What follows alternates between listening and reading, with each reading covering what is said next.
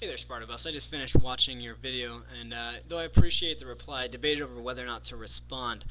You offer up a whole bunch of arguments that are very irrelevant to the ones I stated in my previous video. However, with that being said, I found myself wanting to reply to a few points you mentioned.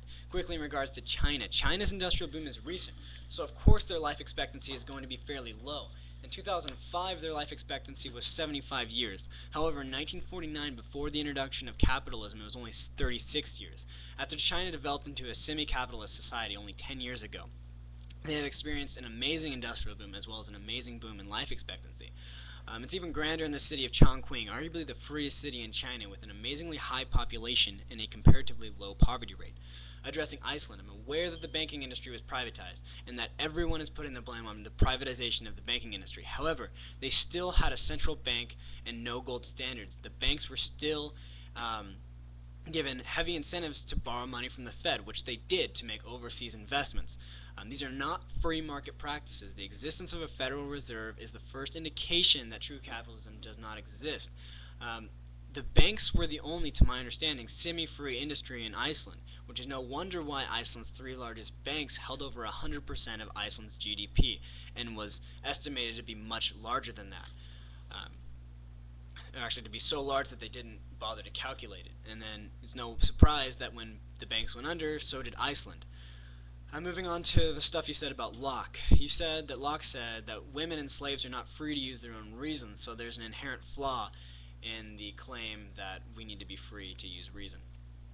But I don't really see the connection. Just because Locke believed that women and slaves weren't free to use their own reason doesn't defeat the claim that in order for man to produce and invent his means of survival, he must be free to think. I just don't see the connection. And I don't see how a saying from Locke can defeat that claim. And for future reference, don't ally me with Locke or any part of his philosophy I don't associate with his ideas.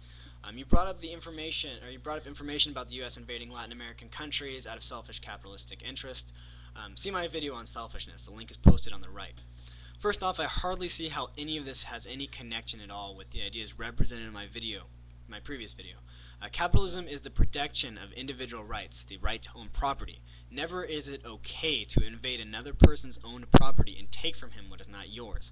Clearly, the invasion and installation of a brutal dictator is not practice of free market capitalism. That argument has no relevancy or purpose other than to parallel me with genocide. You invited everyone into a false dichotomy by asking them to choose whether they wanted to live in a society where the rich get richer and those in poverty starve, further leading them into a world of violence and the abundance of jails. Or do they want to live in a society that blames poverty not on the individual but on the economic system in which they live?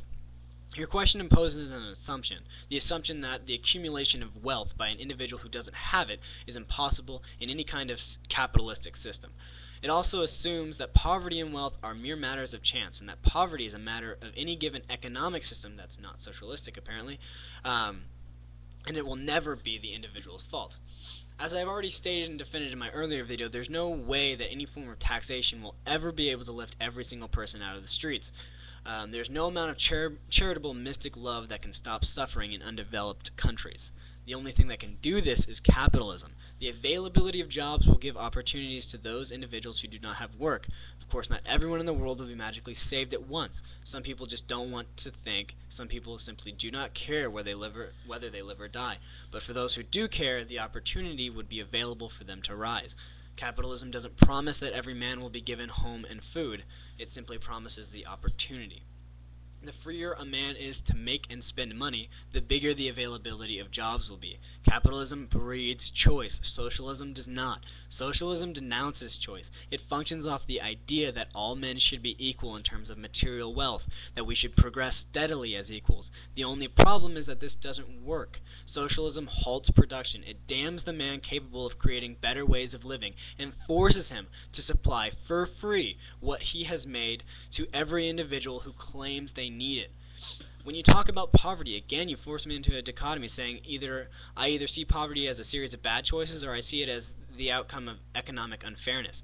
I'm fully aware that there are people in nations that don't have the freedom to make the same kind of choices I do. They don't have the luxury to be able to go into a store and select from 2,000 different brands of soup. Instead, they're lucky if they get their rations of beans this month.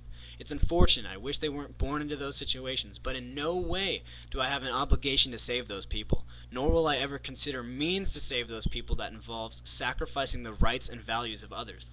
However, in America, this is not the case. Some of the poorest people come to this country and thrive. Just take a look at how many Asian immigrants own companies and earn a living in America. Take a look at the Mexicans that come to this country and are able to feed their families because of the job availability here. There are great hindrances for the impoverished community in the United States. I'm aware of this, but this doesn't mean it's impossible for them to get out of poverty. Most of these hindrances come from government regulations. Taxing a business causes him to sacrifice a bit of his money that could be spent hiring other people or spent elsewhere in the marketplace. Just because it's hard for those in poverty to get out of poverty certainly doesn't give anyone the right to regulate American businessmen, stopping them from opening up new branches of business and taxing every effort they make. You said pulling yourself up by your own bootstraps is not the way to combat poverty because poverty exists. I don't really see what you mean. Because poverty exists, then it means that people can't help themselves, that they must be saved by someone else. My question to you is, how did that someone else obtain the means not only to survive, but the means to the surplus means to help others as well? I'm sorry, however, I reject your premise. If poverty exists, then the only means that can combat it is job availability, not sacrificing the achievements earned by those who have jobs to those who do not, but by allowing those that have jobs to keep their money and allowing them to spend on what they think is valuable. You don't have the right to take from other people, to do as you please. You must allow individuals to determine what the marketplace will look like. Towards the end, you quickly state that we are creatures built off circumstance and do not have free choice, and that recognition of free choice assumes that everyone is given equal opportunities. I most definitely reject this premise. I fail to see how recognition of free choice assumes that everyone is given equal opportunities. Rand once said, quote, "A social environment can neither force a man to think nor prevent him from thinking, but a social environment can offer incentives or impediments. It can make the exercise of one's rational faculty easier or harder. It can encourage thinking and penalize evasion or vice versa," end quote.